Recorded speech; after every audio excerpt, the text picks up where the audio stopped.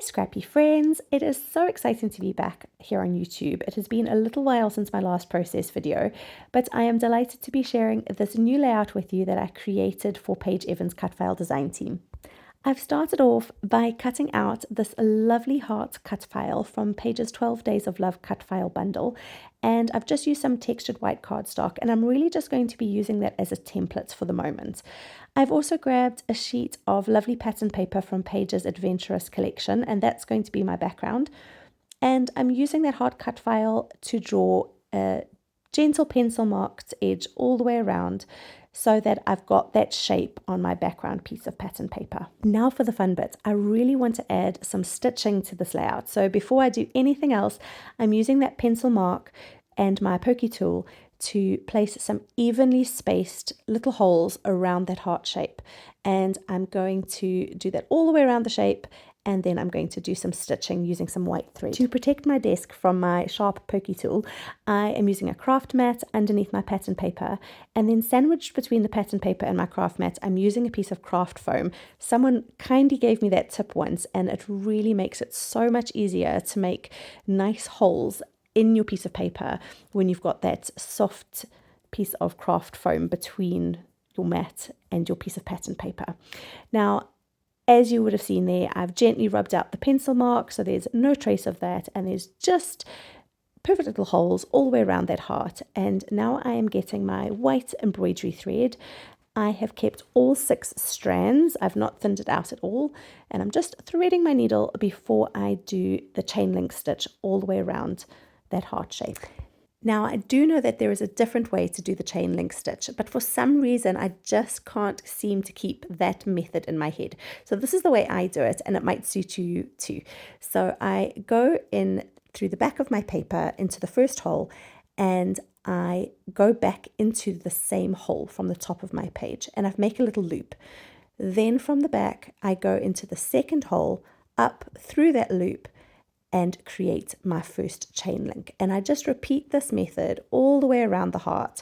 And that's the method that works best for me and I enjoy doing. Like I said, I just can't seem to keep the other method in my head, but this one has always stuck with me.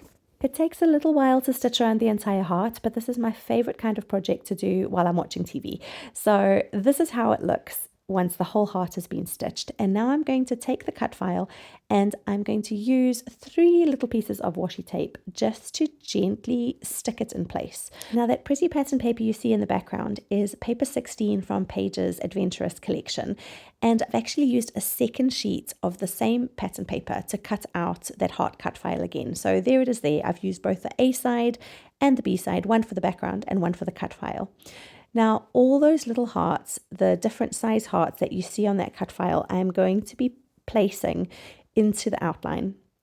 I'm going to be using different thicknesses of foam squares, and I'm starting off with the thickest foam squares. So they're about 2 millimeters thick, and I'm adding these foam squares to all the bigger hearts. So all the bigger hearts, the bigger little hearts that you see inside that big heart shape, they're going first and they're going to be the raised up the highest. So I really enjoyed this process. It felt a little bit like doing a jigsaw. It was quite methodical, having chosen the bigger hearts to work on first. It was quite easy to work out which hearts I was going to be placing before moving on to the next size category. I mentioned that I used different thicknesses of foam tape, and my reason for that is I want to create some lovely texture with all the hearts being at different heights. So some will be slightly more raised, some will be flush with the background, some will be in between. And I think that gives just some lovely visual texture when looking at the layout. So I'm going to work through all of the bigger hearts, and then I'm going to move on to the teeny tiniest little hearts, and I'm going to be sticking those straight onto the background. So I've grabbed my favorite liquid adhesive. I use the Nuvo Deluxe adhesive, and that always sticks on my projects really beautifully. And I'm getting each of those teeny tiny little hearts, putting some liquid glue on the background, and then placing them inside the border. And I'm just being careful to make sure that they're not actually stuck onto that outline, because I am going to be carefully removing that outline once all the little hearts have been stuck in place. So it is a little bit of a slow, painstaking process.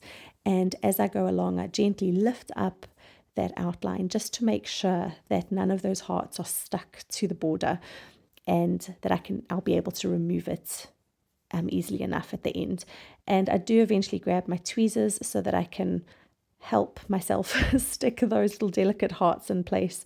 I got a little bit all fingers and thumbs trying to deal with those teeny tiny little hearts, so the tweezers definitely helped. I've been really careful to ensure that I'm matching up the hearts correctly. So all the little hearts on the pattern paper on the left, I want to make sure that they're going into the correct corresponding space on the template on the right. And that is really just to ensure that I'm continuing that beautiful, delicate pattern from the pattern paper onto my layout. Now, I just showed you there the two different thicknesses of foam squares that I've used. The top one was the 2mm thick squares that I used for the larger hearts, and the one at the bottom that I'm using now is about 1mm thick, and I'm using that to raise up all the kind of middle-sized hearts. And once those have all been stuck down, that element of my layout will be complete. And I must say, piecing all these little hearts together was really time consuming, but I feel it was really, really worth the end result. I'm going to show you this heart being stuck down, and then I'll whiz through all the others to the last two hearts. So here I've got two more little hearts to stick down, and it really just looks like one big white heart with a few pink and blue accents. And it's really only when you remove that cut file outline that you see all the details of those little individual hearts. So that is the last little heart going in, and then I'm going to remove the cut file. I have used that outline really just as a template so that I can piece all those little hearts into the correct place, and this is going to be removed and let all those little hearts shine on their own. Now, I did cut this cut file out of white. However, there isn't actually any need to cut it out twice. You don't need to cut it out of pattern paper and out of white. You could just cut it out of the pattern paper and then use the heart outline from the pattern paper as your template. So I only thought about that after I'd already cut it. So this lovely cut file is going to be used for another project, but there are all my little hearts. You can see the dimension, and I just think it looks so pretty. I really love how that turned out. Now I've got another sheet of pattern paper from Adventurous, and I've used a portion of another cut file from the 12 Days of Love cut file. So this is actually part of kind of a heart border, and then the one side of the heart says love you, and I really just wanted the text so that it could be my title. And I've cut it out of this lovely navy floral patterned paper, and I love the contrast of that against the white and the pretty kind of corally pink in the background. And it is picking up little flecks of navy that are in the patterned paper. So I've nestled the title cut file into the right side of my heart, and I've printed 3 photos in black and white in square shape, and they're of my daughter and my dog Thina. And they've got such a sweet bond, and this layout is perfectly timed, being right by Valentine's Day, because Athena was my Valentine's Day gift 13 years ago when she was just a puppy, and she is such a special part of our family, and it's just so lovely to see the precious bond that her and my daughter have. I just adore these photos and was super excited to document them. So I'm backing each of the photos with this light blue pattern paper, also from Paige's Adventurous collection. And this light blue picks up the hints of light blue from paper 16 that I used for the heart. So I'm just really sticking very closely with that color palette. So we've got the corally pink for the background, and then within the heart there's a few shades of pink, navy and light blue. So I'm really just focusing on those for the mattes for my photos, and just layering them up just to draw all those colors out and give some lovely interest. So I'm just working through each photo, and I'm doing the same mattes for all 3 photos so they just match each other really nicely. And when I cut them out, I cut each matte just slightly bigger than the matte before, and each photo has 3 mattes. And then I'm also going to back each photo with some tissue paper. So I keep all the tissue paper from any gifts or packaging that I get with parcels, and sometimes you get the prettiest tissue paper as packaging, and it's perfect for a layer just behind photos. So the tissue paper that I use behind these photos has a lovely shimmer. It's like a really pale peach color, and it's really kind of just off-white, but with a hint of peach, and it just kind of goes with that coral background perfectly, and with the hint of shimmer is just really pretty and delicate as well. So I'm cutting this lovely pink, and I think that's my last mat before I pull out my tissue paper. There it is there, and it's just such a pretty color. And I'm going to stick that directly onto the tissue paper and then cut it out with just a thin little border before I stick all my layers together. Now, once I've cut this out, before I stick all my layers together, I'm going to distress the edges of all of those mats. So I'm just going to take my scissors and I'm going to gently run them down the edge of each side of those squares, and it just kind of ruffles up the edge of the patterned paper and just gives some extra texture. So I do that with each layer before I stick them all together. Now, if you like any of the supplies I've used, these beautiful pattern papers or the lovely cut files, I have linked everything up in the description box for you below. I've also linked up Paige's blog where you'll find the write-up I've done on this layout. So again, you'll find a write-up on all the details that I'm sharing here along with links. And I'll also link up Paige's Happy Scrappy Facebook group. It's such a lovely community with so much inspiration, and you'll also be the first to find out all her news and everything that's happening in Paige's world, new releases, new classes. She has lovely Paige Pal kits, which she releases most months, and there's a new one coming out tomorrow, which is gorgeous. It's a beautiful mini album as well as full layouts, so you get lots out of your kit and it's going to be gorgeous. Now I am going to start sticking my photos down. I'm kind of auditioning where I want them to be placed. So I first of all thought that I'd have one on the right by the title and then two over on the left, but I do eventually move the two photos on the left. So right now I'm just using some of the chipboard pieces from the Adventurous collection, and I'm also using some of the floral die cuts, and I'm kind of just placing them and seeing how I like that. And then here's when I decide, no, I'm going to move those photos, and I'm beginning to create a diagonal line of embellishments going from the top left to the bottom right. Now I want to add some more flowers, and I want to add some navy flowers. So I'm using some of that same pattern paper I've used for the Love You title and some Sizzix metal dies from my collection, from my stash, and I'm going to just be cutting out these little flowers. So I've got two of the same die, but they're different sizes. I'm going to layer them on top of each other just to create a three-dimensional little flower. And then I've also used some yellow pattern paper just to cut out the center of the flower. So I put all those together and I raise up all the petals, and I really just love that three-dimensional look.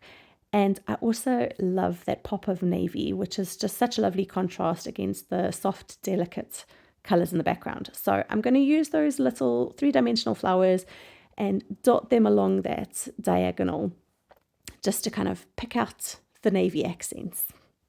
Now at this point, I decided to add some gold splatters. However, when looking at my video footage, I didn't film it, so I'm really, really sorry. I've used some gold spray, but instead of spraying it, I've taken the spray out and just kind of splattered it onto my background.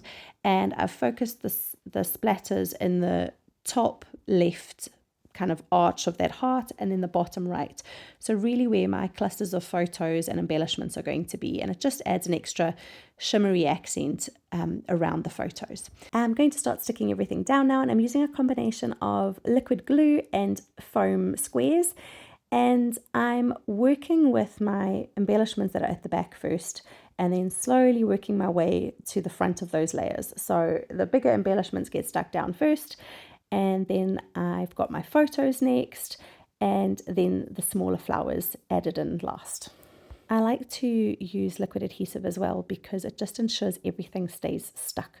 So even though I've got adhesive on the foam squares, I still like to add liquid adhesive to that as well, just to ensure the longevity of my layout and that the bits and pieces aren't going to be falling off down the line. Now, it's been a little while since I've shared a process video, so hopefully it won't be too long before I share another. I've really enjoyed putting this together, and I hope there's something that you've seen that has inspired you to get creative, or a new idea, or just has encouraged you to document a happy memory.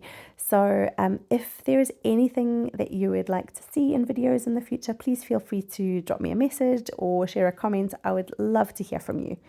Now, as you can see, I'm just methodically working through each of those little embellishments and making sure they're getting stuck down properly. So on that photo, I've got some double layers of foam adhesive, as well as some single layers of foam adhesive, and I'm just kind of stacking the foam tape just to ensure that my photos and embellishments are lying flush. And it really just depends what is behind it. So are there some raised elements, are there some flat elements, and I'm just stacking my foam tape just to kind of even that out.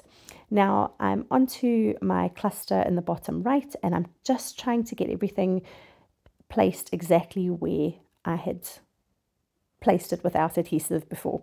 And sometimes that's the hardest part, is when you take everything off and you're trying to get it back into the right place. So often what I do is, once I've got my layout how I like it, with everything kind of placed in place but without glue, I'll take a photo of it and then I can refer back to it, because I often audition pieces in so many different places that when it comes to the time to stick everything down, if I've moved everything away, I can't always remember where I'd finally decided to place them. So having a picture can really help ensure that you've put everything back where you know you liked it. And also sometimes seeing your layout through the lens of a camera can help you see it in a different light. It helps you spot kind of gaps where you maybe need to fill something in, or maybe where there's a bit too much going on. So I always like looking at a photo of my layout before I finish it, just to kind of get another viewpoint. I'm working on my title now, and I've got these thin strips of foam tape from scrapbook.com, and I love these for cut files because they're quite bendy, so you can go around curved edges quite easily, and they're really nice and narrow, especially for thin, narrow cut files. So this works really well. So I'm just carefully going along all those letters. There are some that are going to be sticking directly onto the photo, so I kind of miss those letters out, and I've already checked that ahead of time. So I'm only sticking down the foam tape where I know those letters need to be raised up. As soon as I have put that foam tape on all the letters, I'm going to just check that it all lies flush, and then I'm going to add a layer of liquid adhesive to the back just to ensure that it all stays stuck. So I'm going in with my Nouveau Deluxe adhesive, just adding a little layer there, and then it'll be good to go. I really do love this title. I feel it's just so, the font is just so whimsical and just fits in so beautifully with the rest of the layout. So once that's stuck down, I just have a few more florals to get stuck down, and then my layout will be just about complete. So I'm just placing those where I'd originally planned, and some are going to be stuck directly onto the background, and some are going to be stuck down using a little foam square just to raise them up. And I'm just continuing to work along that diagonal, just a lovely diagonal of photos and embellishments going from the top left to the bottom right. I am just about finished my layout, so I'm just sticking down these last few florals, and then I've just got a couple more steps until my layout is complete. So once these pretty flowers are all stuck down, I want to include the date next to my photo on the bottom right. So I'm going to take my tab punch, which I use so often. It's the perfect way to add some extra layers of pattern paper and just to incorporate extra little details on your layout. So I'm going to, in a moment, take my tab punch, and I'm going to just use a corner of this pattern paper, punch out a tab, and then I'm going to use one of my Distress oxide ink pads that kind of tie in with that same navy color, so that I can stamp the date down. And I'm just going to tuck that date tab into the right hand side of that photo on the bottom right hand side of my layout. And I think that just fits perfectly. I'm just kind of tucking it in behind that photo so you can still see the date, and it just peeks out nicely. I'm also going to distress the edge of this little tab just to kind of echo the detail in the photo mats as well. Now, last but not least, I am grabbing these cute little enamel dots, also from the Adventurous collection, and I'm going to do 3 little clusters of dots. So the first cluster is the light blue dots, 1 large dot, 1 medium, and 1 small. Then I'm going to do 3 little dots in the navy, and finally 3 little pink dots. So I've kind of done the clusters around my photos just to kind of draw your eye to those pictures and creating a nice visual triangle as well. Now, I hadn't cut off this strip at the top. This piece of patterned paper is paper 16 if you're buying it individually, but it is also in the paper pad from the Adventurous collection. And here is just a little close-up peek of my layout, all complete. You can see all that lovely dimension of all those little hearts. And I just love how this page turned out. So I really, really hope you enjoyed seeing my process, and that something you've seen has inspired you to get creative too and maybe try one of these techniques. I would love to hear from you. Please feel free to drop me a comment, and thank you so much for watching my first process video in many, many months. Take care, and I'll see you next time. Bye.